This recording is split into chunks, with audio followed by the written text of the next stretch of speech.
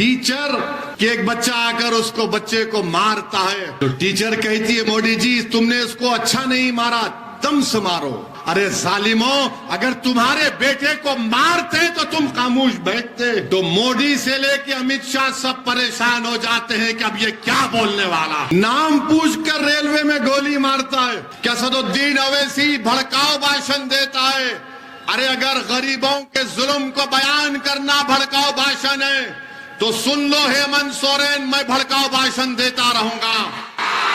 अगर शमशाद अंसारी की तकलीफ को बयान करना भड़काऊ भाषण है तो हम तमाम शमशाद अंसारी हैं। अगर हमारी बहन और हमारी माँ बैठी हुई है, उनके बेटे और औलाद के लिए इंसाफ की बात करना अगर भड़काऊ भाषण है तो मुझे फख्र है कि अल्लाह ने मुझे भड़काऊ भाषण बोलने की सलाहियत दी। आप 50 साल से वोट दे रहे हैं, आपके दादा ने वोट दिया, आपके दादा ने अपनी जवानी को बर्बाद कर दिया, अपने बुढ़ापे को बर्बाद कर दिया, आपके बाप ने अपने बचपन को खोया, सिसक सिसक कर तुम्हारा बाप मर गया, तुमने उनको वोट दिया। अब तुम हो और तुमसे भी यही कहा जा रहा है कि जिस तरह तुम्हारे बाप और दादा ने वोट दिया तुम उसी तरह चलो। नहीं मेरे नौजवान साथियों, तुम्हारे बाप दादा के पास विकल्प नहीं था, वो हालत मजबूरी में इन लोगों का साथ देते थे। आज तुम्हारे दरमियान में एक दीवानों की पार्टी खड़ी हुई है जो किसी के बाप को सुनने वाली नहीं है। तो सुदीप कुमार, जो तुम्हारी पार्टी में जो लोग तुम्हारी चमचागिरी करते हैं वो क्या है बताओ। और याद रखो, भेड़िया शेर को भी खा लेता है, समझे ना। अगर तुम भेड़िया बोल रहे बोलो, जितना बोलते बोलो, मगर तुम्हारे जहन में जो जहर भरा हुआ है वो तुम्हारी जबान पर आ ही गया कि तुम हर मुबीन को भेड़िया कहते हो। अब इतना तो हेमंत सोरेन के लिए काफी है, अब थोड़ा मोदी पे भी बोलते हैं, वरना कांग्रेस के लोगों में तो अब रात में नींद नहीं आएगी। हेमंत सोरेन को भी जरा बेचैनी होगी, करवटें लेंगे कि ये क्या क्या सच्चाई को बयान करके चला गया। फिर कोई कांग्रेसी बोलेगा या हेमंत सोरेन के पास का बोलेगा मोदी को नहीं बोले। अरे मोदी को तो हम ही बोल रहे हैं, 9 साल से तुम तो गूंगे बनकर बैठे हो। तुमने क्या 3 मर्तबा बीजेपी से डिप्टी चीफ मिनिस्टर नहीं बने हो मैं हेमंत सोरेन? क्या बीजेपी और तुमने आरएसएस का दामन नहीं थामा? और तुमने थामा और हम उनसे सीना तान कर मुकाबला कर रहे हैं। मुझे अफसोस हुआ, पार्लियामेंट में नो कॉन्फिडेंस मोशन, हिंदी में क्या बोलते नो कॉन्फिडेंस, हाँ, अविश्वास प्रस्ताव आया था। हमने वहां पर 6-7 मिनट में पूरा सबका बयान कर दिया, हर चीज को खोल खोल कर बयान कर दिया। बताओ, आपकी तो जबानी नहीं खुलती, आप तो सिर्फ एक ही बात करते, मैं दुकान खोलना चाहता हूं मोहब्बत की। दूसरा बोलता है मैं चौकीदार हूं। ये ऐसा चौकीदार है जो चीन 2000 स्क्वायर किलोमीटर जमीन पर कब्जा करके बैठा है, मगर चौकीदार क्या चौकीदारी कर रहा है।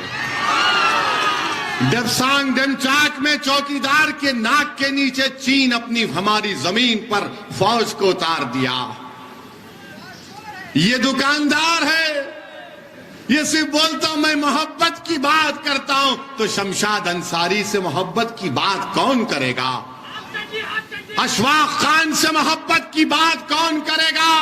अरे तुम्हारी सरकार है ना दुकानदार वालों, तुम्हारी सरकार है झारखंड में, मेरी तो सत्ता, मैं सत्ता में तो नहीं हूं। एक तरफ दुकानदार, एक तरफ चौकीदार। ये दुकानदारों ने 50 साल से हमको लूटा, ये चौकीदार हमारी शनाख्त को खत्म करना चाहता है, हमारी तहजीब को खत्म करना चाहता है।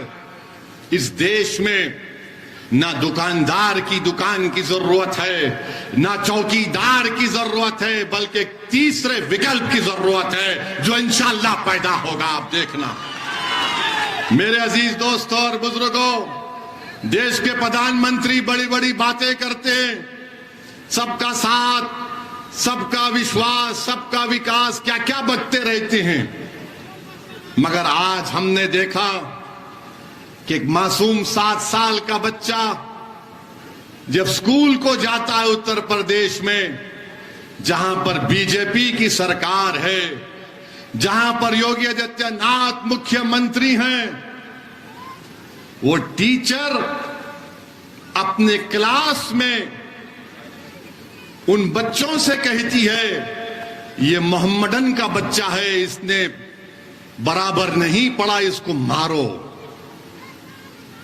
आप बताइए कि एक बच्चा आकर उसको बच्चे को मारता है, उस 7 साल के बच्चे को, तो टीचर कहती है, मोदी जी, जिस तरह हेमंत सोरेन को भूलने की आदत है, उससे ज्यादा मोदी जी को भूलने की आदत है। तो टीचर कहती है, मोदी जी, तुमने इसको अच्छा नहीं मारा, दम से मारो, ये मोहम्मदन है। बताइए आप, और वो बच्चे को मार पीटा जाता है, उसका वीडियो पूरे देश में, पूरी दुनिया में चला गया। उस बच्चे के बाप से मैंने बात की, हमारे वहां के मजलिस के सदर को भिजाया, जिस तरह हमारा सदर झारखंड का कभी कुछ हो जाता है तो शाकिर दौड़ते हुए चीखे मारता है। अरे जिंदा, अभी ठहरो, सुनो, तुम शाकिर साहब लेके आए क्या? तुमको सुनो हमारी बात। वहां पर हमारे सदर को भिजाया, उस 7 साल के बच्चे के वालिद से, पिता से हमने बात की। उसके बाप ने कहा, हमने पूछा पुलिस में कॉम्प्रोमाइज क्यों किया तुमने? तो उन्होंने कहा कि क्या करना ओवैसी भाई, हमको यह बताया गया कि गांव का माहौल खराब हो रहा है, हिंदू मुस्लिम नहीं होना चाहिए, इसीलिए हमने कोई कंप्लेन नहीं की, हमने अपने बच्चे को स्कूल से निकाल दिया। यही कमजोरी हमारी। अगर कोई बाप अपने बेटे के लिए नहीं लड़ेगा तो क्या दुनिया लड़ेगी? कौन लड़ेगा? अरे एक बाप ही तो लड़ेगा ना अपने बेटे की इज्जत के लिए। मगर उस बाप को भी मालूम कि बीजेपी की सरकार है, मोदी प्रधानमंत्री है, योगी मुख्यमंत्री है, मुझे इंसाफ नहीं मिलेगा। मेरे अजीज दोस्तों और बुजुर्गों, मेरी इज्जतदार मां और बहनों, याद रखो, आप अगर आप इसी तरह डरते रहेंगे कि माहौल खराब हो जाएगा, अरे माहौल जुल्म से खराब हो रहा है, तुम्हारी खामोशी से माहौल खराब नहीं हो रहा है। अगर वो बाप अपने बेटे की कंप्लेन नहीं कर सक रहा है, क्योंकि यही सेकुलरिज्म के चौधरी हैं, यही जो सेकुलरिज्म को ले डूबे इस देश में, उसने जाकर उस बच्चे के बाप से कह दिया कि तुम कंप्लेन मत करो, गांव का माहौल खराब हो जाएगा। अरे जालिमों, अगर तुम्हारे बेटे को मारते तो तुम खामोश बैठते, क्योंकि मार खाने वाला 7 साल का बच्चा मेरा बेटा था, मेरी औलाद थी। तो तुम में इतनी हिम्मत आ गई कि तुम मुझसे आकर कहते हो कि तुम माहौल को खराब होने मत दो। अगर किसी रांची में या उत्तर प्रदेश में योगी आदित्यनाथ के पोस्टर को फाड़ दिया जाएगा या मोदी के पोस्टर को फाड़ दिया जाएगा तो क्या करोगे? पुलिस दौड़ते हुए जाएगी उसके घर पर, उसके घर तक बुलडोजर लेकर जाएगी। मगर भारत में, हमारे वतन अजीज में, एक बाप से कहा जा रहा है कि तुम्हारे बेटे की कोई इज्जत नहीं है। अगर उसको स्कूल में थप्पड़ मारते हैं तो थप्पड़ खा लो, मगर माहौल खराब होने मत दो। मैं आपसे कह रहा हूं, माहौल खराब होता है तो भाड़ में जाए। मैं अपनी औलाद के लिए खामोश नहीं बैठूंगा, मैं अपने बच्चे की इज्जत के लिए खामोश नहीं बैठूंगा। अगर गांव का माहौल मुझे बेइज्जती करने से खराब होता है तो फिर और खराब होने के लिए तैयार रहना पड़ेगा। क्या हमारी जान की कीमत नहीं है? भारत के संविधान में इज्जत फंडामेंटल राइट है, डिग्निटी फंडामेंटल राइट है। इस मुकाम पर हम आ गए। क्यों आ गए? क्योंकि हम सिर्फ वोट डाल रहे हैं, वोट डाल रहे हैं, हम कभी वोट नहीं ले रहे हैं। मेरे अजीज दोस्तों और बुजुर्गों, याद रखो, आप अगर आज आप अपनी ताकत को नहीं समझेंगे, लोग बोलेंगे आपसे अगर मुबीन रजवी कामयाब हो गया तो क्या होगा? मेरे अजीज दोस्तों और बुजुर्गों, अगर एक मुबीन रजवी तुम्हारा विधायक बनकर झारखंड की विधानसभा में जाएगा तो कम से कम मुबीन रजवी की जबान से निकलेगा शमशाद अंसारी जिंदाबाद, शमशाद अंसारी जिंदाबाद। कभी तो कोई लड़ेगा, मगर आज ये कहेंगे अरे एक जीतेगा तो क्या होगा? आप उनसे कहना कि भारत की पार्लियामेंट में 2 MP हैं मंजलिस के, और जब 2 में से एक खड़े होकर 6-7 मिनट के लिए भारत की लोकसभा में बोलते हैं तो मोदी से लेके अमित शाह सब परेशान हो जाते हैं कि अब ये क्या बोलने वाला। अगर हम बोलने की सलाहियत रखते हैं तो आपकी वजह से, आपकी दुआओं की वजह से, आपके वोट की वजह से, आपकी ताईद की वजह से। यही तो मेरी ताकत है, यही तो मेरी ताकत है और अल्लाह का करम है, सदका नबी करीम सल्लल्लाहु अलैहि वसल्लम का। मगर आज आप खामोश बैठते रहेंगे तो फिर याद रखिए कोई आसमान से नहीं आने वाला है। और आपको हम बताना चाह रहे हैं कि अब तो ट्रेन में वो यहीं पर था, शायद वो खबीस शैतान जिसने गोली मारी वो झारखंड के रेलवे स्टेशन में था शायद। बहरहाल कहीं भी था, वो नाम पूछकर रेलवे में गोली मारता है। एक हैदराबाद का लड़का है, नौजवान बीवी है, 3 बच्चे हैं, उसको गोली मार दी, चेहरे पे दाढ़ी है, वो तड़प रहा है उसके पैरों के पास और ये तकरीर कर रहा है कि अगर भारत में रहना है तो योगी और मोदी को वोट देना पड़ेगा। मैं उन गोली मारने वालों से कहूंगा कि सारी दुनिया की गोलियां खत्म हो जाएंगी, हम मरने तैयार हैं, मगर किसी बाप से नहीं डरेंगे। हम अपने मतलब पर, अपने मकसद के तहत, अपनी मोहब्बत की बिना पर वोट देंगे। अरे तुम गोली मार कर हमको शहीद करके तुम कह रहे हो, याद रखो तुम जालिम हो, तुम्हारा जुल्म खत्म होगा। तुम अगर समझ रहे हो कि इख्तिदार में मोदी है तुमको कुछ नहीं होगा, अरे इख्तिदार तो अल्लाह का है, इख्तिदार तो अल्लाह का ही रहेगा, सुबह कयामत तक इंसानों का इख्तिदार नहीं रहता। अगर इख्तिदार इंसानों का होता तो बादशाहों के महल वीरान नहीं होते। अगर इख्तिदार इंसानों का होता तो सल्तनतें बर्बाद नहीं होती हैं।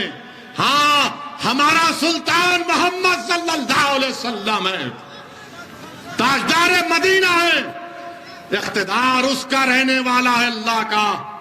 आज जो लोग नाम लेकर हमको गोली मार रहे हैं या हमारी जाने ले रहे हैं, सुन लो, तुम्हारे पास भी इख्तिदार नहीं रहेगा, तुम्हारे पास से भी इख्तिदार जाएगा। अल्लाह इंसाफ करेगा।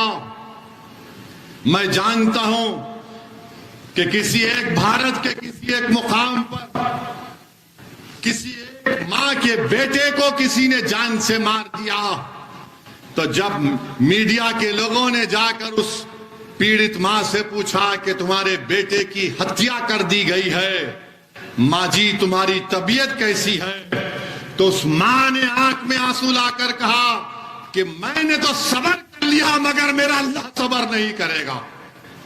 तुम आज गरीबों पर, कमजोरों पर जुल्म कर रहे हो। इंशाअल्लाह ताला खुदरत इंसाफ करेगी। मेरे अजीज दोस्तों और बुजुर्गों, आपको हम सिर्फ यही बताने आए हैं कि यहां पर आपने 20 साल से 19 साल से आपने एक ही उम्मीदवार को वोट दिया। उन्होंने कोई कारखाना नहीं कायम किया। मुबीन रजवी साहब और हमारे सदर साहब बता रहे थे कि यहां से कई नौजवान मर्द हजरात अपने अपने घर छोड़कर कोई मुंबई चला गया, कोई दिल्ली चला गया, तो कोई हैदराबाद चला गया। अगर कारखाना बन जाता तो कुछ काम लगता, यहां पर नौकरी मिलती। मगर हेमंत सोरेन ने ना कारखाना लगाया, ना नौकरी लगाई। अब कह रहे हैं कि 60-40, हेमंत सोरेन 60-40 कह रहे हैं। तो आपने अच्छा नारा लगाया था, क्या कहा? 60-40 नहीं चल तो, 60-40 नहीं चल तो हेमंत सोरेन को 40 दीजिए, 60 हमको देकर इनको कामयाब करिए, तभी इनका दिमाग हल्का होगा। अरे ये आदिवासी प्रदेश है, आप ये कह रहे हैं कि 60-40? हेमंत सोरेन, कौन आपको कह रहा है ये सब बातें? क्या आप अपनी बर्बादी को दावत दे रहे हैं? अरे ये गरीब प्रदेश में आप यहां के लोगों को नौकरी देने के बजाय आप कुछ और ही कह रहे हैं। मुझे बड़ा अफसोस हुआ कि जब मैं ये देखा, क्या देखा मैंने कि हेमंत सोरेन कह रहे हैं कि संस्कृत यूनिवर्सिटी बनाएंगे। अच्छा, संस्कृत यूनिवर्सिटी, संस्कृत बोलने वाले 24,280 लोग हैं। कितने लोग हैं संस्कृत बोलने वाले? हेमंत सोरेन 24,000 लोगों के लिए यूनिवर्सिटी और पूरे जिले के 31 लाख लोगों के लिए खाली 25 स्कूल। और आप इसलिए वोट देंगे? आप इसलिए वोट देंगे? अब नहीं मालूम तुम 4 तारीख 5 तारीख को जाके क्या करोगे, नहीं मालूम। नहीं, अभी सुनो, अभी हमारे यहां से जाने के बाद हजरत इबलीस के पूरे साथी आप तक भाग कर आएंगे। ये बड़ा जज्बाती बयान देकर गया, तुम इसकी बातों में नहीं आना, हम सब कर देंगे। याद रखो, आप आज के बाद जेएमएम और कांग्रेस के लोग आपके घर की अतराफ फिरेंगे। ए बाबा भीख दे देना, एक दे के वोट दे देना। ये तो हम काम कर दिए ना, ये तो हम रोड पे ला लिए उनको, तुम्हारे गांव में ला लिए। मगर अब आपकी जिम्मेदारी है कि आप अपने लिए, अपने बच्चों के लिए अपने वोट का सही इस्तेमाल करिए। हम हेमंत सोरेन साहब से पूछना चाहते हैं कि झारखंड में 170 जबानें बोली जाती हैं। कौन सी जबानें हैं? कोरथा, संथाली, हिंदी, बंगाली, उर्दू, मगधी, हो, सदन, ओरायन, मुंदारी, ये सब जबानें। अरे इनके यूनिवर्सिटी खोल देते आप, इनकी यूनिवर्सिटी खोल देते हेमंत सोरेन। इतने पैसे आपके ने कहां से आ गए? खैर, बहरहाल मेरे अजीज दोस्तों और बुजुर्गों, आपको हम बताना चाह रहे हैं कि जिस प्रदेश से हम आते हैं, हमने वहां पर हमारा कोई मंत्री नहीं है। हमने हमारे मुख्यमंत्री से बात किया, हम तमाम मुस्लिम डेलीगेशन गए, मुख्यमंत्री से कहा कि तेलंगाना में यूनिफॉर्म सिविल कोड नहीं। मुख्यमंत्री ने कहा बिल्कुल नहीं आएगा, हम ताई नहीं करेंगे। फिर हमने मुख्यमंत्री से कहा कि हमारे सेक्रेटेरिएट में, हिंदी में सेक्रेटेरिएट क्या बोलेंगे, मंत्रालय, सचिवालय, वहां पर मस्जिद को शहीद कर दिया गया था। आज तेलंगाना में हुकूमत ने ही मस्जिद को बनाया, नई मस्जिद को बनाया। मुख्यमंत्री आए तो हमने मुख्यमंत्री से कहा, मुख्यमंत्री जी आप भी कुछ बोलिए। तो हमारे मुख्यमंत्री ने उस मस्जिद को बनाया। क्यों बनाया? क्योंकि वो भी सेकुलर हैं, वो जानते हैं कि यहां पर तेलंगाना के लोगों में बीजेपी और कांग्रेस की चापलूसी और इनकी कम्युनलिज्म पसंद नहीं। आपको मालूम, तेलंगाना में वहां की सरकार हर विधानसभा में, 119 विधानसभा में, एक विधानसभा में मेरे ख्याल से 480 लोगों के दरमियान में एक आदमी को 1 लाख रुपए दिए जा रहे हैं। एक आदमी को 1 लाख रुपए गवर्नमेंट में ऑनलाइन अप्लाई करो। हर विधानसभा में 400 से 800 के दरमियान में एक अल्पसंख्यक समाज के मुसलमान को 1 लाख रुपए दिए जा रहे हैं। अरे वाह वाह, तुम खाली मुशायरा नहीं हो रहा है। 5 तारीख को जाके वाह बोल के पतंग पे बटन दबाओ। और फिर आपको बताना चाह रहे हैं, हमने सरकार से बातचीत की, हमारे मुख्यमंत्री से, उनका नाम के चंद्रशेखर राव है। हमने उनसे कहा कि हमको खबरस्तान की जमीन की जरूरत है। तो हमारे मुख्यमंत्री ने 125 एकड़ कब्रिस्तान को दी। और हमने क्या किया? हमने कहा सुन्नियों की इतनी रहेगी, शियाओं की इतनी रहेगी। यहां पर हमारे बोहरी समाज के भी लोग हैं, मेहदवी समाज के भी लोग हैं। हमने कहा कि सबको इसमें जमीन मिल जाएगी। मेरे भाई, जिंदा रहने के लिए मंजलिस तेलंगाना में काम कर रही है, और जिंदा रहने के लिए सियासी ताकत जरूरी है। जिंदा रहने के लिए बच्चों को स्कूल जरूरी है। जिंदा रहने के लिए मस्जिद की और जान की हिफाजत की जरूरत है। ये कब होगा? जब तुम्हारे पास सियासी ताकत होगी। अगर आप सिर्फ वोट डालने वाले बनेंगे तो फिर आपका नुकसान ही होगा। वोट डालने से नहीं, वोट लेने से ताकत मिलती है। वोट डालना तो बच्चों का काम है, वोट लेना तो आपकी ताकत का काम है। तो इसीलिए आपसे अपील कर रहे हैं कि आप 5 तारीख के दिन पतंग छाप के निशान पर पूरे एक होकर, मुत्तहिद होकर मुबीन रजवी साहब को अपना वोट दीजिए। और इंशाअल्लाह ताला 2024 के पार्लियामेंट के चुनाव में हमने तेलंगाना के मुख्यमंत्री से कहा कि के चंद्रशेखर राव साहब, आज ये देश तड़प रहा है। लोग तंग आ चुके हैं चौकीदार और दुकानदार से। हमने उनसे कहा कि आप आगे बढ़िए, पूरा देश आपके साथ खड़ा हो जाएगा। हम उम्मीद करते हैं कि हमको भी छुटकारा मिले दुकानदार और चौकीदार से।